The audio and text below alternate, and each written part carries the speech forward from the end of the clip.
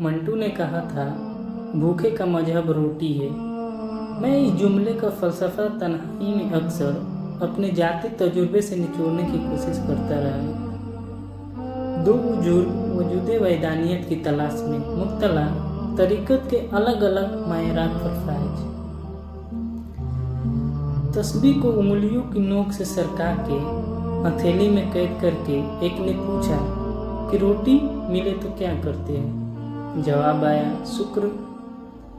अगला सवाल इसी कड़ी को आगे जोड़ते हुए पूछा गया कि रोटी न मिले तो क्या करते हैं। जवाब आया, तलाश की जद्दोजहद। इस जवाब पर तस्बीह हथेली से सरक कर वापस उंगलियों पर आई।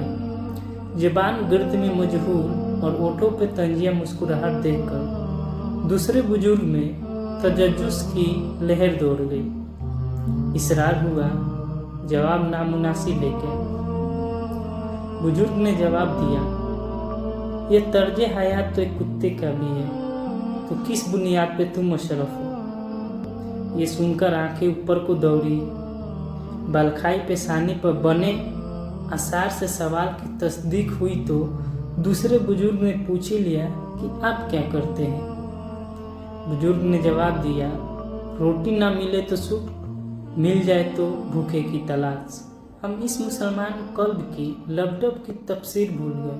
हम मजहब और दीन को अलग रखने में इस कदर मजहूल थे कि भूल गए कि समाजी ढांचा और सबसे बालातर निजाम के सरपरस्त असल में हम ही तो हैं।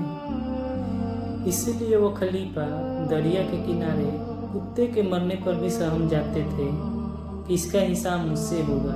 अब रमज़ान का मौका दरपेश है।